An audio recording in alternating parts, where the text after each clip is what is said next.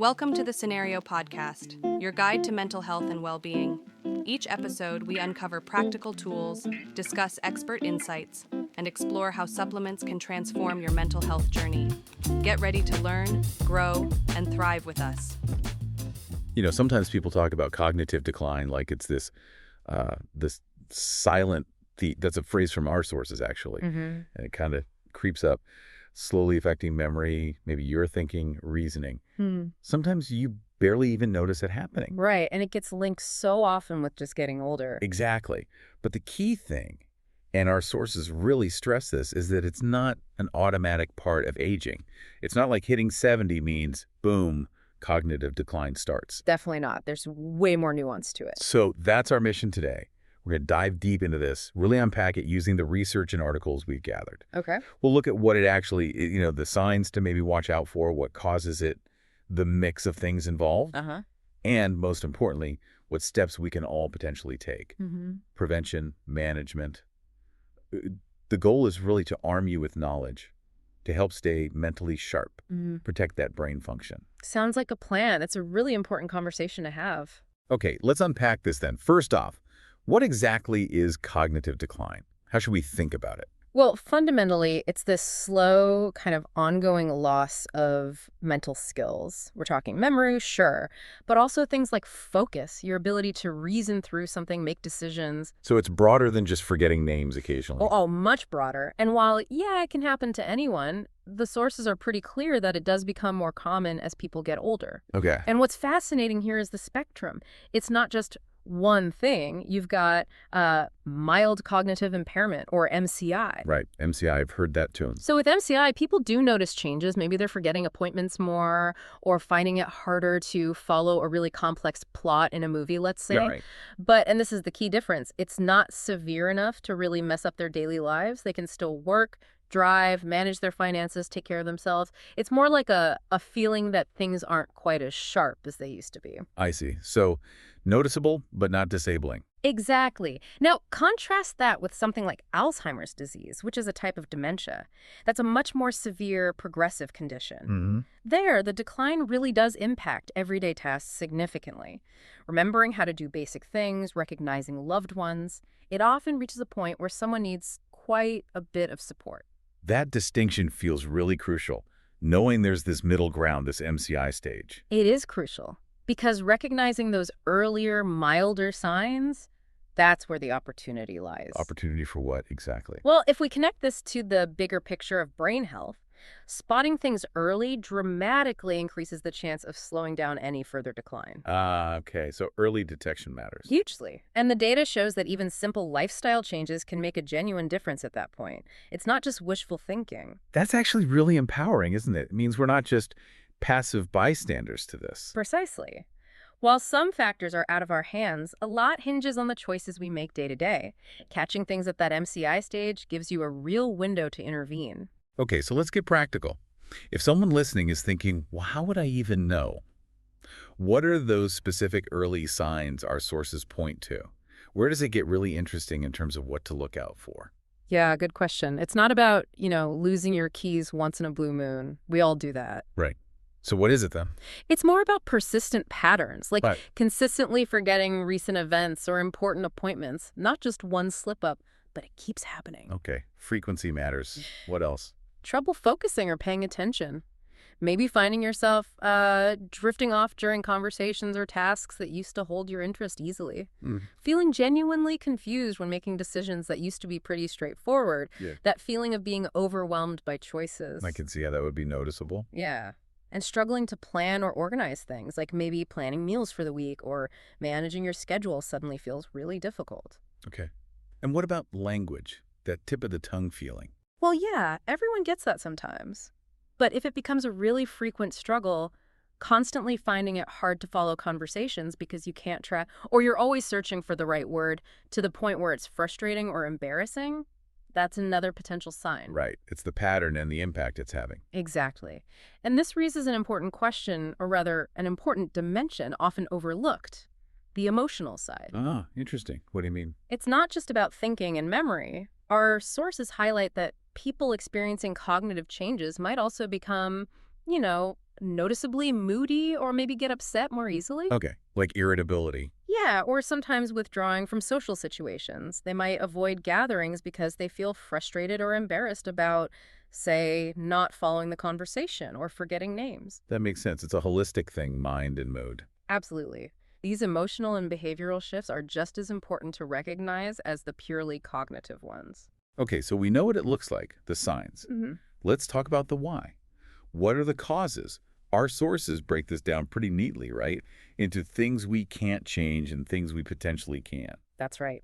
It's helpful to think of it in those two buckets. So let's start with the tough ones, the unchangeable risk factors. What are they? Well, the big one is simply age.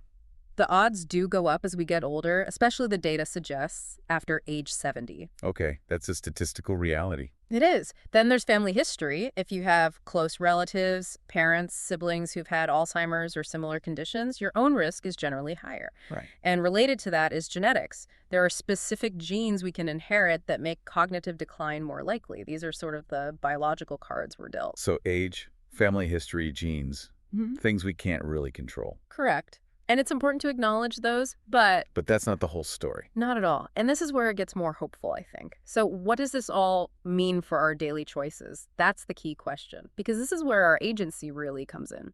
Okay, let's pivot then. What are the changeable risk factors? The things we can influence? This is the empowering part, like you said. And the list is actually quite significant. First up, unhealthy diet, poor nutrition really does impact brain function. How so? Well, the brain needs specific nutrients. If it's not getting them consistently, things like memory, processing speed, they can suffer. Then there's lack of exercise. Physical activity. Yeah, it's crucial for blood flow to the brain. Good blood flow means more oxygen, more nutrients, basically fuel for your brain cells. Less activity, less fuel. Makes sense. What else? Substance use. Too much alcohol or drug use can definitely accelerate cognitive issues. We see that quite clearly. Okay. And then chronic health conditions. Things you might not immediately connect to brain health, like diabetes, high blood pressure, even depression. If they're not managed well, they significantly raise the risk. Wow, okay. So overall health is brain health. Absolutely intertwined. Also, sleep disorders. Not getting enough sleep, or conditions like sleep apnea where breathing stops and starts, that severely impacts how the brain consolidates memories and functions overall. Sleep is huge. It really is. And finally, something many of us deal with, ongoing stress. Chronic stress isn't just unpleasant, it can actually cause physical changes in the brain, affecting memory and focus areas. That's a powerful list of things we can actually work on. It is, and what's fascinating here and really encouraging from the sources is the idea of reversible causes. Reversible, meaning it's not always permanent. Exactly. Sometimes cognitive symptoms aren't due to underlying brain disease, but other issues that can be treated. And if they are treated, the cognitive function can improve, sometimes dramatically. Like what? Give me some examples. Okay, so vitamin deficiencies, Okay. especially B vitamins like B12. A deficiency can absolutely mimic cognitive decline symptoms. Really, just from a vitamin. It can happen. Also, side effects from medications. Some drugs, or combinations of drugs, can cause confusion or memory problems, especially in older adults. That's important to know. Definitely. And conditions like depression or anxiety, they can significantly impact focus and memory. Poor sleep quality, too. Or even just being under intense stress for a period. If you treat the depression, improve the sleep, manage the stress, the cognitive issues can lift. So getting those underlying issues checked out is critical. It's absolutely critical because identifying and treating these reversible causes can make a world of difference. It highlights how many factors we can potentially address. That offers a lot of hope. Now, just briefly, we should also mention the irreversible causes, right? Yes, it's important to be realistic. Conditions like Alzheimer's disease, Parkinson's disease, which often has cognitive components later on, damage from a stroke, or a severe traumatic brain injury.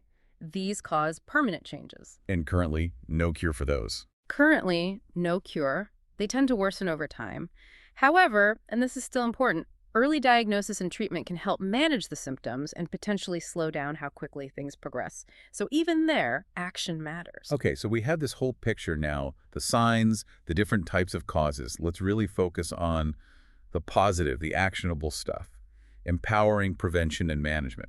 What does the sources say are the concrete steps we can take? Let's unpack those recommendations. Right. This is where we can really take control.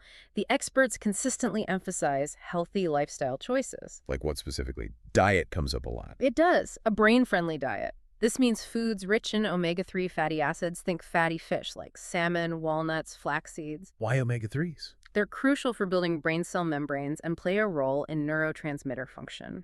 Also, antioxidants, lots of colorful fruits and vegetables, especially berries, leafy greens.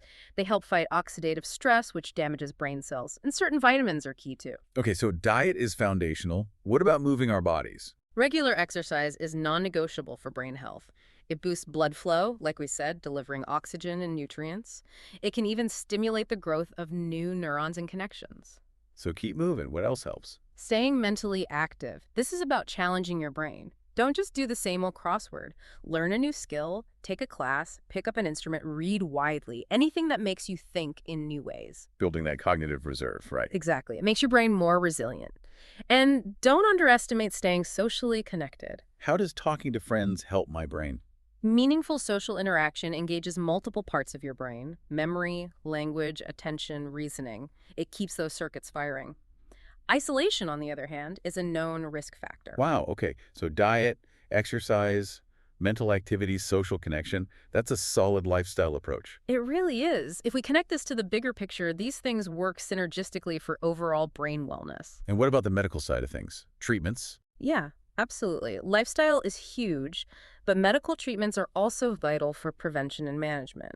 For conditions like Alzheimer's, there are specific medications that can help manage symptoms, and some newer ones may slightly slow progression in early stages. Okay. There's also cognitive therapy or cognitive rehabilitation. This is really interesting. It's like physical therapy for the brain.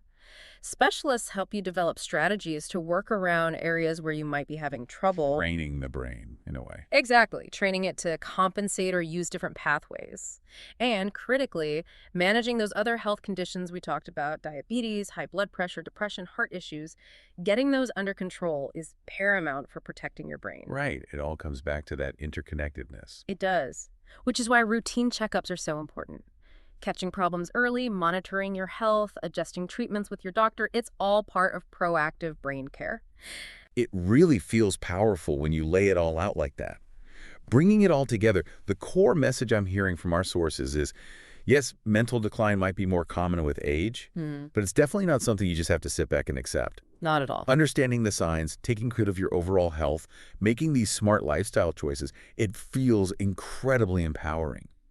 It genuinely seems like you can protect your brain, maintain sharpness, maybe stay independent longer. Indeed. And, knowledge is one thing, but it's most valuable when it's actually understood and applied. The sources show there's always more research coming out, different angles to consider. But the real takeaway is that even small, consistent steps, things that seem minor day to day, they really can add up and make a significant difference in keeping your mind sharp. It fosters that critical thinking we need. That's a fantastic point to end on, the power of small, consistent actions. So considering everything we've discussed about prevention today, diet, exercise, challenging your brain, staying connected, what's maybe one small brain-friendly change you, listening right now, feel inspired to try and implement in your routine, maybe even starting today? Good question to ponder. Something to think about. Thank you so much for joining us on this deep dive into cognitive decline. We really hope you feel more informed, maybe a bit more empowered, ready to take those steps for your own brain health. Thanks for tuning in to the Scenario Podcast. Don't forget to visit scenario.com for more expert tips, articles, and supplements designed to support your mental health. If you enjoyed this episode, remember to subscribe and share it with a friend. Until next time, take care of yourself.